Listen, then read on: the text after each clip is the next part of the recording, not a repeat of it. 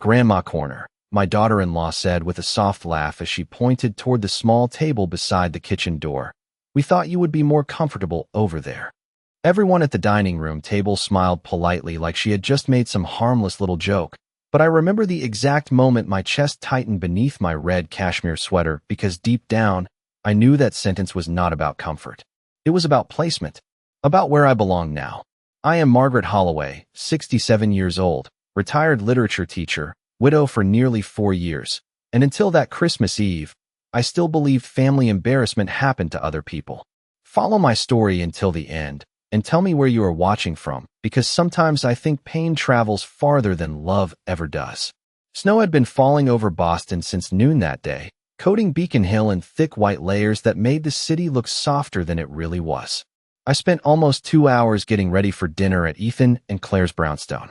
At my age, people assume women stop caring about how they look, but grief teaches you strange things. Some mornings, lipstick becomes survival. I chose a dark emerald dress Robert used to love and fastened the pearl earrings he bought me on our 30th anniversary. I even curled my silver hair carefully despite the arthritis in my fingers aching from the cold. By 6:30, the townhouse glowed with warm golden lights and expensive holiday decorations that looked like they belonged inside a magazine spread. Claire opened the front door, wearing cream silk and diamonds small enough to pretend they were tasteful. "Margaret," she said while air-kissing my cheek. "You made it through the snow." I smiled politely and handed her the cranberry pie I baked that morning. She passed it immediately to the housekeeper without looking at it. The dining room smelled like rosemary, wine, and cinnamon candles. Ethan stood near the fireplace, speaking with one of Claire's co-workers, while Lily sat scrolling quietly through her phone beside the Christmas tree. My granddaughter looked up first when I entered. "Grandma, you look beautiful," she said. Sincerely, and for one brief second, the knot in my chest loosened. Then I saw the table arrangement. 8 seats surrounded the long mahogany dining table covered in crystal glasses and gold-trimmed china. 7 place cards sat together beneath the chandelier. Mine sat alone beside the kitchen swing door on a tiny round accent table barely large enough for 1 plate and a wine glass. "Grandma corner." Claire noticed me staring before anyone else did. "We just thought it would be easier for you," she explained smoothly while adjusting one of the candles. "You said large dinners exhaust you lately." I never said that. Not once. But the truly dangerous people are not the ones who scream. They are the ones who rewrite your reality so gently everyone else begins believing it too. Ethan finally looked over and gave me the same tired smile he always used when he wanted peace more than truth. "It is only for tonight, Mom," he said quietly. "Only for tonight." Funny how humiliation always arrives disguised as something temporary. Dinner moved forward around me like I was watching someone else's family through frosted glass. Claire told stories loudly from the center of the table, while I sat near the kitchen listening to silverware clink and laughter rise beneath the chandelier I once helped Ethan pick out after his promotion 3 years earlier. At one point, the kitchen door swung open behind me, and one of the catering assistants whispered, "Sorry, ma'am. I thought this was staff seating." I smiled gently and told her not to worry, but something inside me shifted permanently in that moment. Across the room, Lily looked at me with growing discomfort, while Claire continued speaking without missing a single graceful beat. And somewhere between the second glass of wine and dessert, I realized something terrifying. My daughter-in-law had not humiliated me by accident. She had been preparing this little disappearance for years. Tonight was simply the first time she stopped hiding it. The next morning, I woke up before sunrise with the strange feeling that my entire house had become unfamiliar overnight. The snow outside my bedroom windows reflected pale blue light across the walls while the old radiator hissed softly beneath the curtains. For almost 40 years, Christmas mornings had meant noise. Wrapping paper, coffee brewing downstairs, Robert humming old Frank Sinatra songs while pretending not to peek at presents early. But now the townhouse sounded hollow in a way I had never fully noticed before. I wrapped my cardigan tighter around myself and walked downstairs slowly, careful on my knees. The kitchen still smelled faintly of cinnamon and roasted turkey from the night before. One untouched slice of pie sat beneath plastic wrap in the refrigerator beside a bowl of cranberry sauce no one had touched except me. I stood there staring at the shelves longer than necessary because sometimes grief disguises itself as distraction. Around 8 o'clock, my phone buzzed with a family group notification. "Merry Christmas, everyone." Claire had written beside a professionally staged photo of the dining room from the night before. In the picture, everyone sat smiling beneath the chandelier with wine glasses raised toward the camera. Everyone except me. My small table beside the kitchen door had been cropped completely out of the image.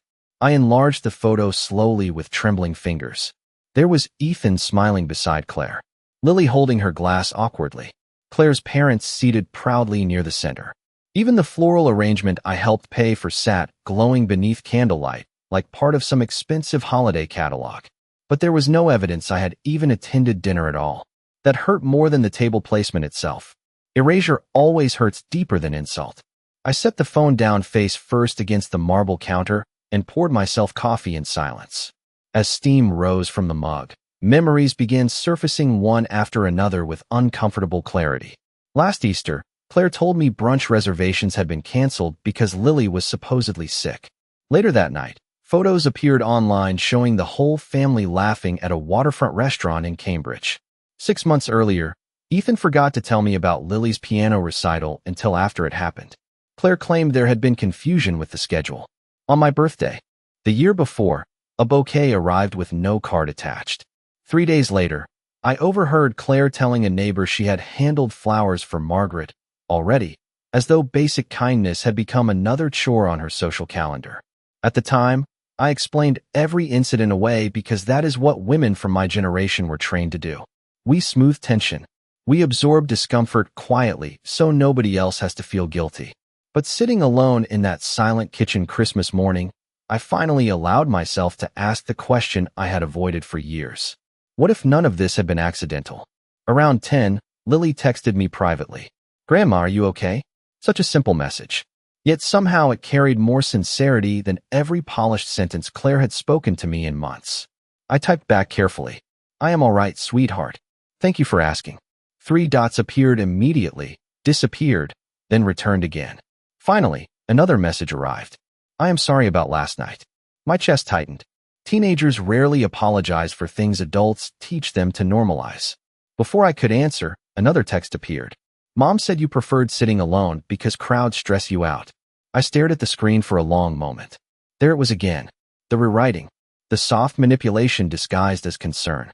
Claire never insulted me directly because direct cruelty leaves fingerprints. Instead, she edited reality carefully until people no longer questioned why I kept disappearing from family moments. Suddenly, dozens of conversations from the past 5 years rearranged themselves inside my mind like puzzle pieces finally snapping together. Claire deciding holidays should be smaller this year.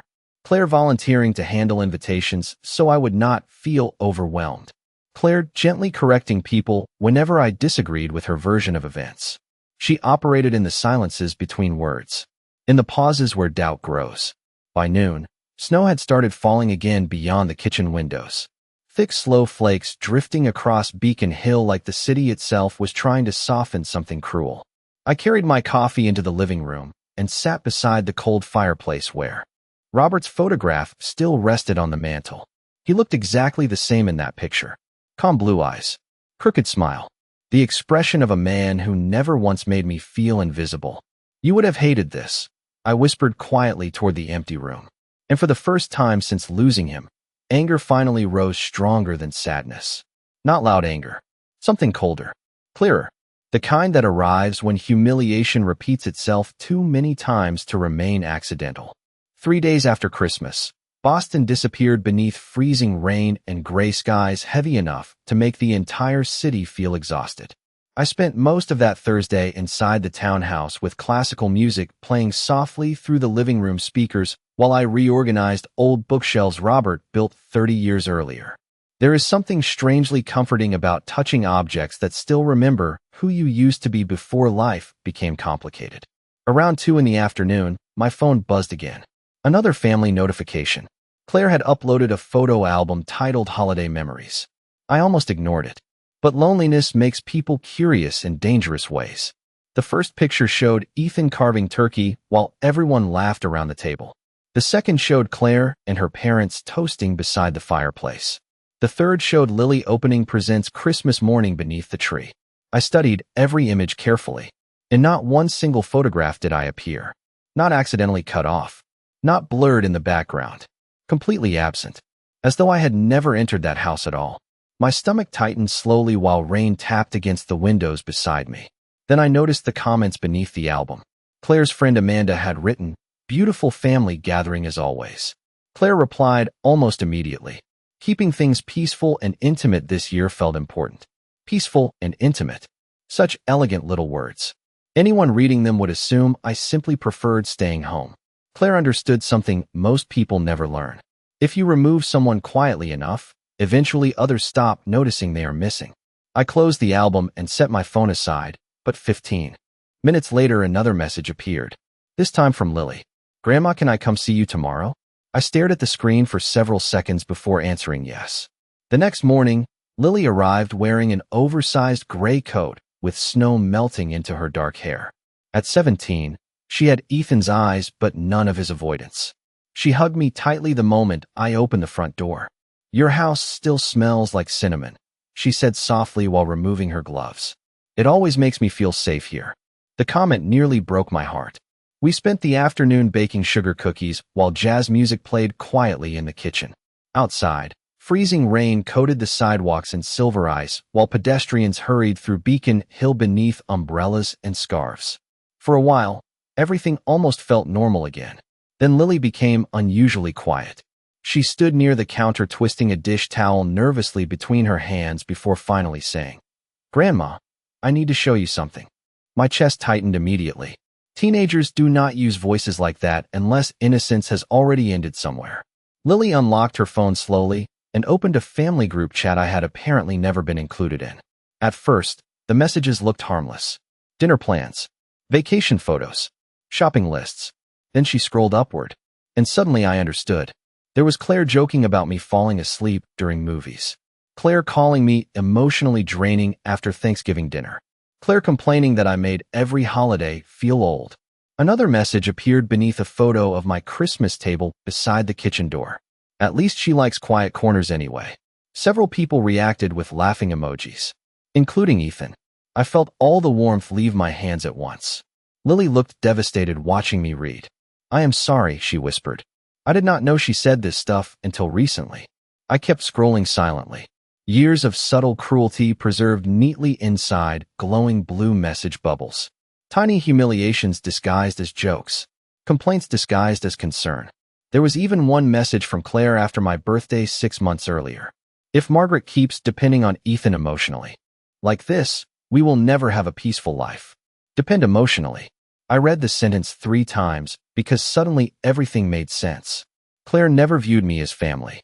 She viewed me as competition for attention, space, and emotional loyalty. The realization should have shattered me. Instead, something colder settled quietly into place inside my chest. Clarity. Lily sat across from me looking frightened now. "Please do not tell Mom I showed you." I reached across the kitchen table and squeezed her hand gently. "I would never put you in the middle of this." Her eyes filled immediately with tears. "I hate how everyone acts around her," she admitted softly. "Dad changes completely whenever Mom is around. Nobody says what they really think anymore."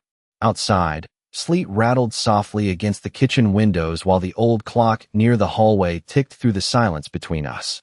I looked down again at the glowing screen filled with years of carefully disguised disrespect. Then I realized the most painful truth of all. Claire had not stolen my family in one dramatic moment. She had done it gradually, politely, one quiet humiliation at a time until everyone else learned to treat my disappearance as normal. After Lily left that afternoon, the house felt painfully quiet again, but it was no longer the same kind of quiet. Before, my silence had been filled with confusion. Now it carried understanding, and understanding changes everything. I sat alone in the living room while darkness settled early over Boston, watching snow gather slowly along the windowsills beside the old piano Robert bought me on our 10th anniversary. The family group messages kept replaying inside my mind in fragments. Emotionally draining. She likes quiet corners anyway. Keeping things peaceful and intimate this year. None of the comments sounded openly cruel on their own. That was what made Claire so effective. She never crossed lines loudly enough for other people to object.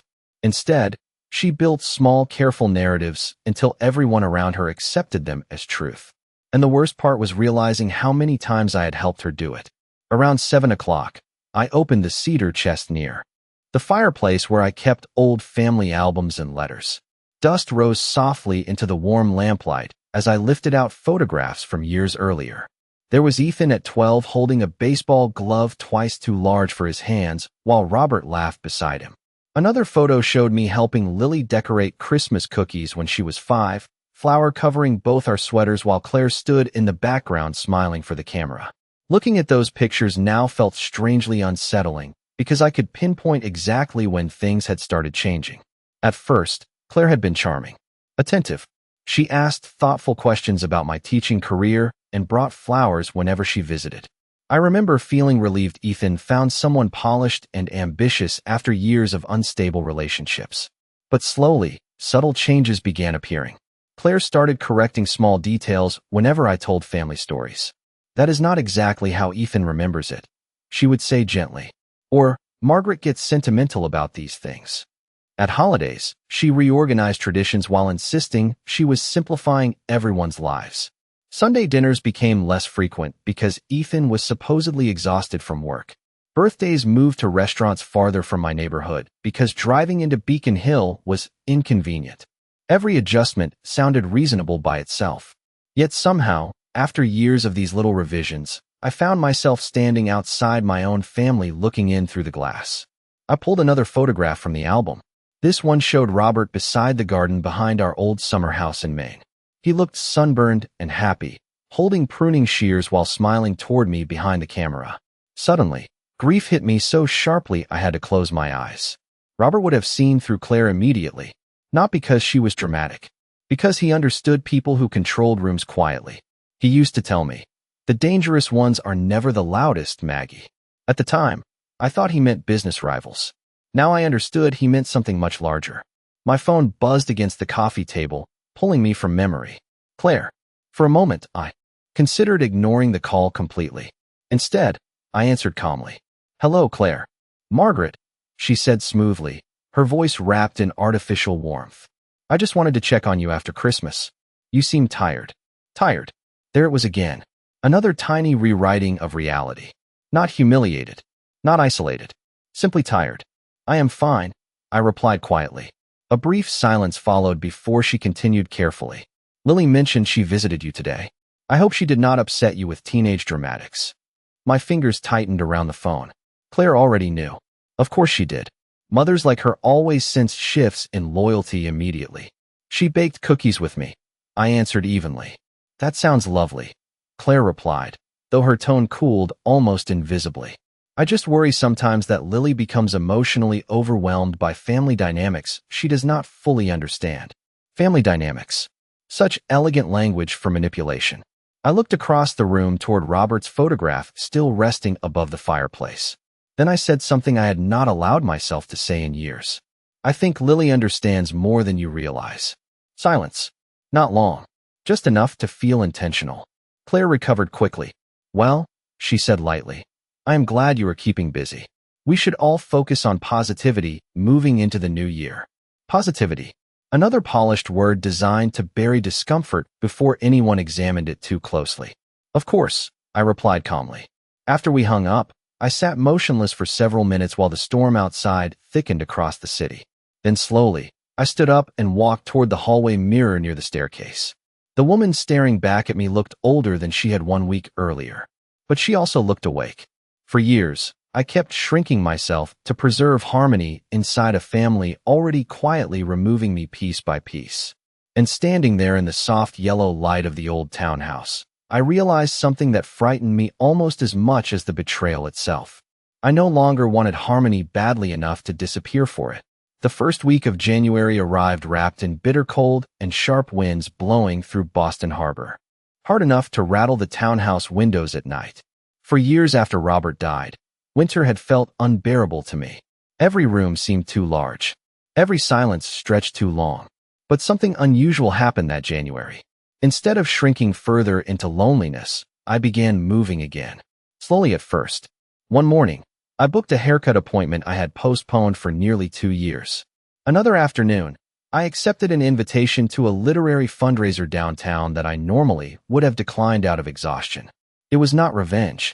Not yet. It was something simpler. I was beginning to remember I existed outside the version of me Claire had carefully reduced over time. On Thursday evening, I attended the fundraiser at an old historic library near Copley Square. Snow covered the city sidewalks while golden light spilled warmly from restaurant windows along Boylston Street. I wore a charcoal wool coat and the pearl earrings Robert loved because suddenly I no longer cared whether Claire considered me too emotional or too involved or too present. Inside the library ballroom, dozens of people gathered beneath crystal chandeliers, discussing art programs and scholarship donations over glasses of wine. The moment I stepped inside, a voice behind me gasped softly, "Margaret Holloway?" I turned to find Eleanor Bishop hurrying toward me with genuine delight brightening her entire face.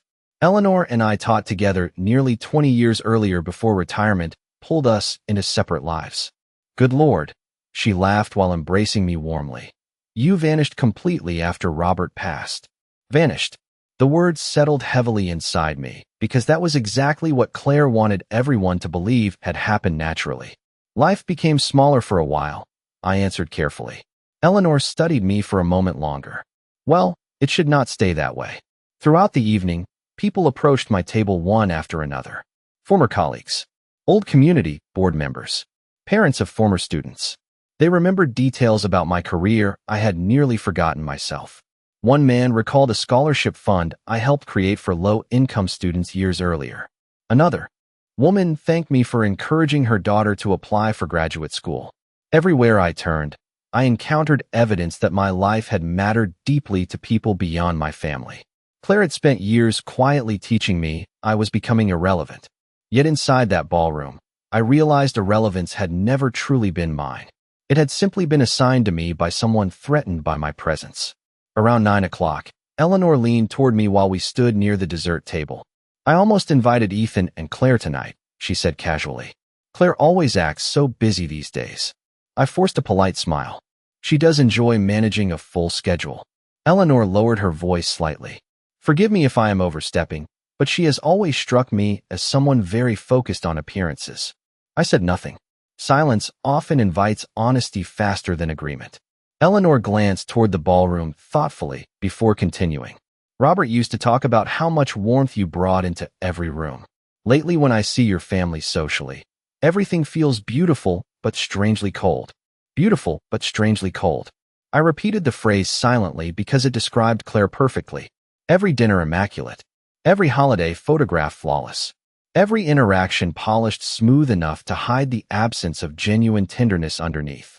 Later that night, I returned home carrying leftover pastries from the event while snow drifted quietly through the empty streets of Beacon Hill. For the first time in months, the townhouse no longer felt like a mausoleum. It felt like mine again. As I unlocked the front door, my phone buzzed. "Ethan." I stared at his name for several seconds before answering. "Hi, Mom." His voice sounded distracted, tired. "Hi, sweetheart." A brief silence followed. "Claire mentioned you went to some fundraiser tonight." Of course she knew already. Claire monitored social circles the way generals monitored borders. "I did," I answered calmly while hanging my coat. "It was lovely." Another pause. "You have been going out more lately," Ethan observed carefully, as though the idea surprised him. I walked slowly into the living room where the fireplace glowed softly against the dark winter windows. "Yes," I said simply. "I suppose I have." Ethan exhaled quietly on the other end of the line. "That is good, Mom." But something about his tone sounded uncertain, almost unsettled. And suddenly I understood something important. Claire was comfortable managing a smaller, quieter version of me. A lonely widow sitting politely in corners. A woman grateful merely to be included occasionally. But the moment I began reclaiming space inside my own life again, the balance she spent years carefully controlling had started shifting in ways neither of them fully understood yet. By the middle of January, Boston had settled into that harsh gray stage of winter when the streets looked permanently wet and everyone moved through the city with their shoulders slightly tense against the cold. I had begun developing small routines again. Morning walks through Beacon Hill wrapped in wool scarves. Coffee at a quiet bookstore cafe near Charles Street. Thursday lunches with Eleanor and two retired teachers who still argued passionately about literature over soup and tea like we were sitting in the faculty lounge 20 years earlier. For the first time since Robert died, my life no longer revolved entirely around waiting to be included by people slowly excluding me anyway. Then the gala invitation arrived. The cream envelope sat inside my mailbox one snowy afternoon beside bills and grocery coupons. Elegant gold lettering spelling out the Winter Arts Preservation fundraiser at the Fairmont Copley Plaza Ballroom. I almost laughed when I saw Claire's name listed among the organizing committee members. Of course she was involved. Claire loved events where wealthy people performed generosity beneath crystal chandeliers, while photographers floated through the room, capturing curated happiness. I placed the invitation on the kitchen counter and intended to ignore it completely. But that evening, Eleanor called. "You are coming Saturday, correct?" she asked immediately. "Claire mentioned your family reserved a table." I hesitated too long. "Margaret," Eleanor continued carefully, "do not disappear just because someone else became uncomfortable with your presence." The sentence lingered with me all night. By Saturday evening, snow drifted softly across downtown Boston, while Blacktown cars lined the entrance outside the hotel ballroom. I stood before my bedroom mirror fastening Robert's pearl earrings with slightly trembling fingers. Part of me still feared walking into rooms where Claire controlled the atmosphere. But another part had grown tired of surrendering space before anyone explicitly asked me to leave it. The ballroom glittered beneath massive chandeliers and golden candlelight, reflecting across polished marble floors. Servers moved quietly between tables carrying champagne, while a string quartet played near the stage. The moment I entered, I spotted Claire immediately. She stood near the entrance greeting donors in a silver gown, so perfectly tailored, she looked almost sculpted into place. Her smile froze for half a second when she saw me. Just half a second. Then it returned smoother than before. "Margaret," she said warmly while air kissing my cheek. "I did not realize you were attending." Not invited. Attending. Another tiny distinction disguised politely. Eleanor encouraged me. I replied calmly. Claire's eyes flickered briefly toward Eleanor, standing nearby, before she recovered again. "How lovely," she answered. "You look wonderful tonight." The thing about women like Claire is that they weaponize elegance. Every compliment arrives carrying invisible measurements underneath it. As the evening continued, something unexpected began happening. People kept approaching me. Former board members recognized me from my education work. A local columnist remembered an interview I gave years earlier about scholarship funding for immigrant students. One elderly donor even clasped my hands warmly and said, "Robert always spoke so proudly of you." Each interaction seemed to unsettle Claire more visibly as the night progressed. At one point, I noticed her standing stiffly beside the champagne tower while two women asked me questions about a literacy program I helped establish decades earlier.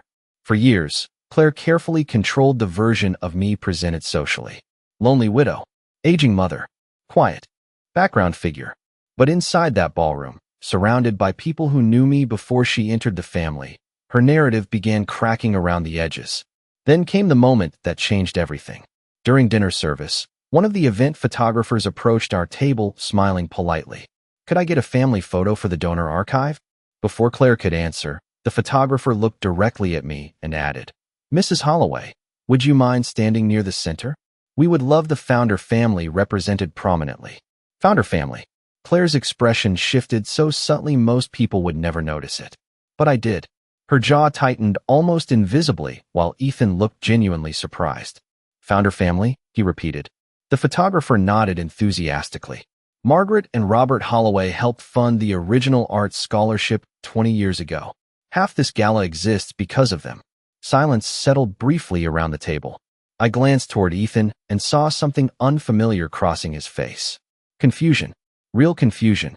As though he had suddenly realized entire parts of my life had been quietly erased from the version Claire allowed inside their marriage. The photographer positioned everyone beneath the ballroom chandelier, while flashes reflected against crystal glassware and winter flowers. Claire stood beside me smiling perfectly for the camera, but I could feel tension radiating from her like cold air. Because for the first time in years, She was no longer controlling the room completely. Other people were seeing me clearly again. And once visibility returns, disappearance becomes much harder to maintain. 2 days after the gala, Ethan called unexpectedly around 7 in the evening while I was watering the small herbs growing beside my kitchen window. Snow had stopped falling for once, and Beacon Hill looked unusually calm beneath the streetlights outside. I almost let the call go to voicemail, because lately every conversation with my son carried a heaviness neither of us knew how to address honestly anymore. But something in me still remembered the boy who used to fall asleep on my shoulder during long car rides home from Maine. "Hi, Mom," he said quietly when I answered. "Would it be all right if I stopped by for a few minutes?" My fingers tightened slightly around the watering can. Ethan rarely visited alone anymore. "Of course," I replied. 40 minutes later, he arrived wearing a charcoal overcoat dusted lightly with snowflakes. The moment he stepped inside the townhouse, he looked around almost cautiously, as though entering a place filled with memories he no longer fully recognized. "The house smells the same," he murmured while removing his gloves. "Like coffee and old books." I smiled faintly. Some things survive winter. We sat in the living room beside the fireplace while jazz music played softly from the record player near the piano. For several minutes, Ethan spoke mostly about work, market changes, new clients, corporate restructuring, safe subjects people use when they are avoiding something larger waiting silently between them. Then finally, he looked toward me with unusual seriousness. "Mom," he said slowly, "there were things at the gala I did not know." I stayed quiet. Silence leaves room for truth if people are brave enough to enter it. Ethan rubbed his hands together nervously.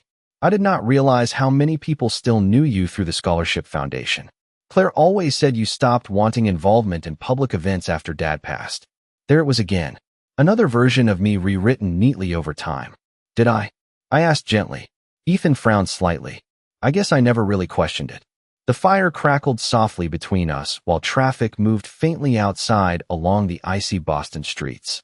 For the first time in years, my son looked less defensive and more confused.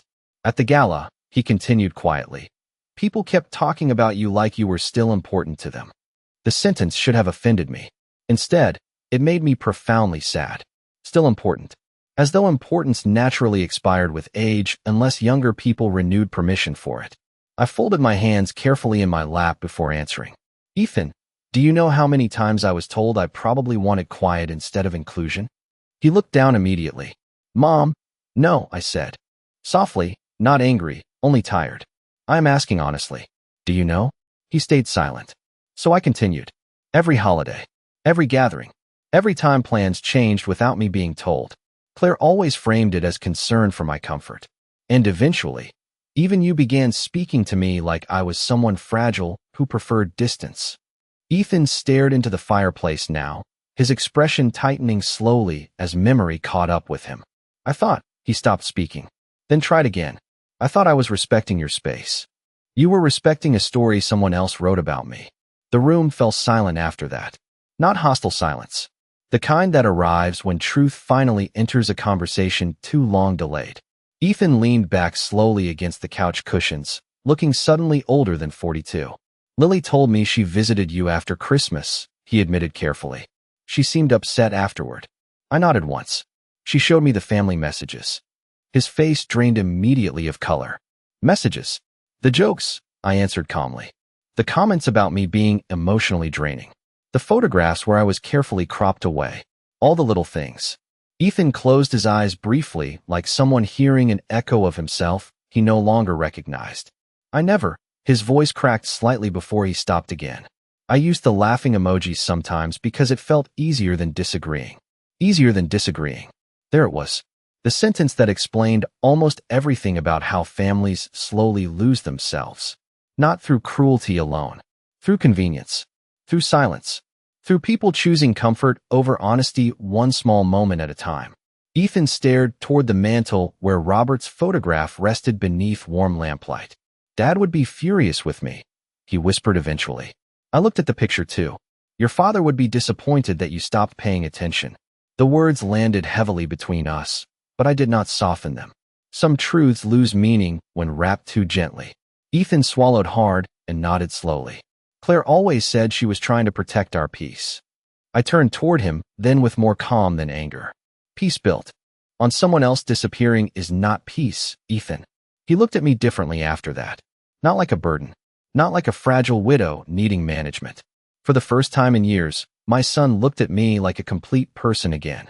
And somewhere deep beneath the grief and disappointment still lingering between us, I realized something had finally shifted. Ethan was beginning to see the difference between harmony and control. The following Sunday, Ethan invited me to dinner at the townhouse again. Not a holiday gathering. Not a formal event with photographers and polished speeches. Just dinner. Still, I stood in my bedroom for almost 20 minutes deciding whether I wanted to go at all. The last time I sat at that dining table, my place card had been pushed beside the kitchen door like an afterthought. Everyone politely pretended not to notice. But avoidance no longer interested me. I wore a dark navy sweater, fastened Robert's watch around my wrist, and drove through the freezing January streets toward Back Bay, while snowbanks glowed pale beneath the streetlights. Claire opened the front door before I even reached for the bell. "Margaret," she said smoothly, though I noticed surprise flicker briefly across her face when she saw me arrive exactly on time. "Come in. It is freezing outside." The townhouse looked immaculate as always. Candles glowing softly. Classical piano music drifting through hidden speakers. The scent of rosemary chicken filling the dining room. Beautiful, but strangely cold. Eleanor's words returned immediately to my mind. Lily hugged me tightly when I entered, and Ethan kissed my cheek awkwardly before taking my coat. Small gestures. Yet, even those felt unfamiliar now because for years every interaction inside this house had carried invisible tension underneath it. Then I looked toward the dining table. 8 chairs sat arranged beneath the chandelier exactly as before. But this time there was no separate table near the kitchen. My place card sat directly beside Ethan's. Claire noticed me noticing it. "I thought we would keep everyone together tonight," she said lightly while adjusting silverware. Together. Such an ordinary word. Yet, hearing it now felt almost unsettling after so much careful distance. Dinner began quietly enough. Lily talked about school applications while Ethan discussed a new business proposal downtown. Claire smiled in all the right places, refilled wine glasses gracefully, and performed normalcy with the precision of someone trying to repair a room before guests noticed the cracks in the walls. But tension still hovered beneath everything like static electricity before a storm. Halfway through dinner, Lily mentioned the arts gala photographs that had appeared online earlier that week. "Grandma looked beautiful in those pictures," she said casually while reaching for bread. Claire's fork paused almost imperceptibly against her plate. "It was a lovely event," she replied carefully. Ethan glanced toward me before speaking. "A lot of people there knew Mom." Silence followed briefly. Not hostile, just uncomfortable because certain truths had finally entered the room and refused to leave quietly anymore. Claire smiled faintly. "Margaret has always been very respected socially. Very respected socially. Even now, she framed my value as something distant and decorative instead of personal." I set my wine glass down gently before answering. "I used to be respected inside this family too." The room went completely still. Claire blinked once. Ethan looked downward immediately while Lily froze beside her plate. I had not raised my voice. That was the unsettling part. Quiet truth disturbs people more deeply than shouting ever does. Claire recovered first, of course. She folded her napkin carefully before speaking in that calm, polished tone she always used when trying to regain control of conversations. "Margaret, if this is about Christmas, I truly think there has been some misunderstanding about intentions." Intentions. Another elegant hiding place. I looked directly at her for the first time all evening. "Claire," I said softly, "do you know what the strange thing about humiliation is?" Her expression tightened slightly. "No," she answered carefully. "People only call it a misunderstanding when they are not the one sitting alone beside the kitchen." Ethan inhaled sharply beside me. Lily stared down at her plate. Claire's face remained composed, but I noticed her fingers tightening around her wine stem. "That was never meant to hurt you," she replied. "Then why did the photographs remove me completely?" I asked calmly. Another silence spread across the table. Longer this time. Harder to escape. Claire opened her mouth, then stopped. For once, there was no smooth explanation waiting neatly prepared. Ethan finally spoke quietly into the stillness. "Claire, why were all the pictures cropped?" She turned toward him quickly, almost defensively now, because the compositions looked better. Better. The word landed with more honesty than she intended. The room stayed silent after that. Snow drifted softly beyond the dining room windows while candlelight flickered across untouched dessert plates.